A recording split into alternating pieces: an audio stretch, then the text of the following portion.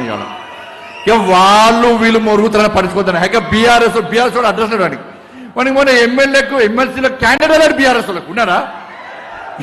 మనమే గెలిచిన వాడ ఎమ్మెల్సీకి క్యాండిడేట్ లేరు. 7 కార్పొరేషన్ ఎన్నికలు జరిగినాయి మొన్న తెలంగాణలో. బీఆర్ఎస్ ఎన్ని గెలిచినాయి?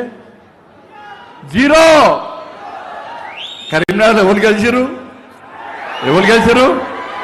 అరే కరీంనగర్లో ప్రతి భారతీయ జనతా పార్టీ కార్యకర్త ఎస్ మేము బీజేపీ కార్యకర్తలను గల్లా ఎగిరేసుకొని తలెట్టుకొని భారత్ మాతాకి జై జై శ్రీరామని గర్జిస్తూ గాంధీస్తూ గల్లీలో తలెత్తుకొని తిరుగుతున్న భారతీయ జనతా పార్టీ కార్యకర్తలు ఇలా ఆ అద్భుత అవకాశం మీకు వచ్చింది. అలా బీఆర్ఎస్ పార్టీ లేదు, కాంగ్రెస్ పార్టీ లేనే లేదు. ఇవాళ ప్రజలందరూ విషయాలు ఎవరి చూస్తున్నారు? భారతీయ జనతా పార్టీ. ఇలా ఓటు అడిగే హక్కు కాంగ్రెస్ బీఆర్ఎస్లకు లేదన్నా. 12 సంవత్సరాలు ఏం బీకిరన్నా బీఆర్ఎస్ వాళ్ళు, 12 సంవత్సరాలు ఏం బీకిరన్నా బీఆర్ఎస్ వాళ్ళు.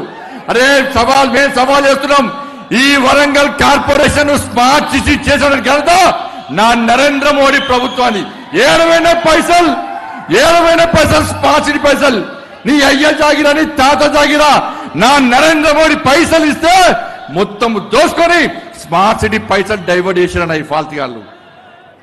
ఇలా కరీంనగర్ స్మార్ట్ సిటీ చేసాం, వరంగల్ స్మార్ట్ సిటీ చేసాం. మరి కరీంనగర్ ఎందుకు అభివృద్ధి చెందింది? వరంగల్ స్మార్ట్ సిటీగా ఎందుకు అభివృద్ధి చెందలేదు? కరీంనగర్ పైసలు ఎందుకు ఉపయోగపడ్డాయి? వాళ్ళ వరంగల్కి ఇచ్చిన పైసలు ఏడవేనాయో ఒక్కసారి వరంగల్ కార్పొరేషన్ ప్రజలు ఇవాళ బీఆర్ఎస్ పార్టీ నాయకులు ప్రశ్నించాలి. ఓ స్మార్ట్ సిటీలో అందం లేదు వరంగల్, కనీసం రోడ్లు లేవు, మోర్లు లేవు, లైట్లు లేవు. అరే వర్షం పడితే హంటర్ రోడ్డు మొత్తం మునిగిపోతుందన్న. రాంపూర్ డంపింగ్ యార్డ్తో చుట్టుపక్కల గ్రామాల ప్రజలు తల్లడిల్లిపోతున్నారన్న. చిన్నపాటి వర్షానికే వరంగల్ మునిగే పరిస్థితి. నా స్మార్ట్ సిటీ పైసలు ఏడవేనాయో మీరు అడగాలని లేదన్నా. అడుగురు గల్లబట్టాడు బీఆర్ఎస్ వస్తే 70 పైసలున్నాయి. నా మోడీ ఇచ్చిన స్మార్ట్ సిటీ పైసలు ఏడవేనా అడుగురన్న. ఇలా భాగ్యనగర్ తర్వాత కేంద్ర ప్రభుత్వం అత్యధిక నిధులు ఇచ్చినటువంటి కార్పొరేషన్ ఏదంటే ఇలా వరంగల్ కార్పొరేషన్. స్మార్ట్ సిటీ ఎవరిచ్చారు? స్మార్ట్ సిటీ ఎవరిచ్చారు చెప్పాలి? ఎవరిచ్చారు స్మార్ట్ సిటీ? ఎవరిచ్చారు? వ్యాగన్ వరలింగ్ ఫ్యాక్టరీ ఎవరిచ్చారు? ఎయిర్పోర్ట్ ఎవరిచ్చారు? మల్టీ స్పెషాలిటీ హాస్పిటల్ 150 కోట్లు ఎవరిచ్చారు? భద్రకాళి బండ్ ఎవరు చేసిర్రు? టెక్స్టైల్ పార్క్ ఎవరు చేసిర్రు? రింగ్ రోడ్ ఎవరు చేసిర్రు? ఉదయం ఫిట్ స్కీమ్ కింద ఎవరు తీసుకొచ్చారు పైసలు? నిన్న స్మార్ట్ సిటీ పైసలు ఎవరిచ్చిర్రు? అమృత్ పైసలు ఎవరిచ్చిర్రు? అమృత్ 2 పైసలు ఎవరిచ్చిర్రు? ఇన్నిచ్చినది ఎవరన్నా? నరేంద్ర మోడీ ఇచ్చినన్నా. ఇలా వరంగల్ వాళ్ళు ఎవరికి ఓట్లు వేయాలి? 12 సంవత్సరాల్లో బీఆర్ఎస్ వాడు 1 పైసా ఇచ్చిండా? 1 పైసా చెప్పుడన్నా? 1 పైసా ఇచ్చిండా? ఇక మేము వీక్తామని చెప్పి వీళ్ళు వచ్చారు కాంగ్రెస్ వాళ్ళు. వీళ్ళు 1 పైసా ఇచ్చిర్రా? వాళ్ళు ఎట్లా దోసుకున్నారో వాళ్ళకు తాతలే వీళ్ళు ఇంకా దోసుకునే పరిస్థితి ఇలా బీఆర్ఎస్ లేదు. ఇది ఓన్లీ వరంగల్ కాదన్న, తెలంగాణ రాష్ట్రం మొత్తం కూడా ఒక మంచి వాతావరణం, భారతీయ జనతా పార్టీకి అనుకూలమైన వాతావరణం.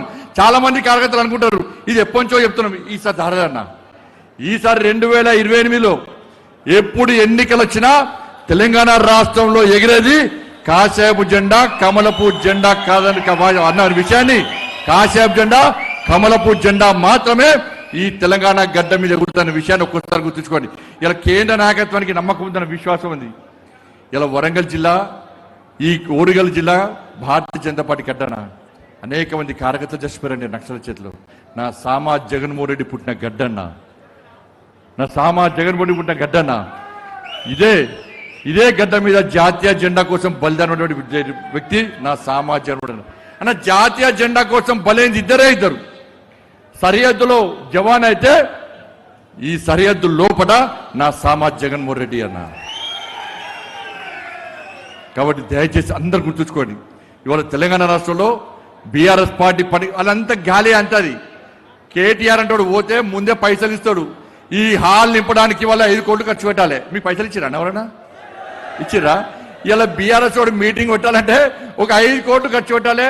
అన్ని అబద్ధాలు చెప్పిస్తాడు. ఇలా కాంగ్రెస్ వాళ్ళు పెడదామంటే మందే వస్తలేరు. ఇలా ఏడవైనా బీఆర్ఎస్ పార్టీని ప్రశ్నిస్తున్నారు, కాంగ్రెస్ పార్టీని ప్రశ్నిస్తున్నారు. 2500 రూపాయలు ఏవి ఇచ్చిరా మీకు?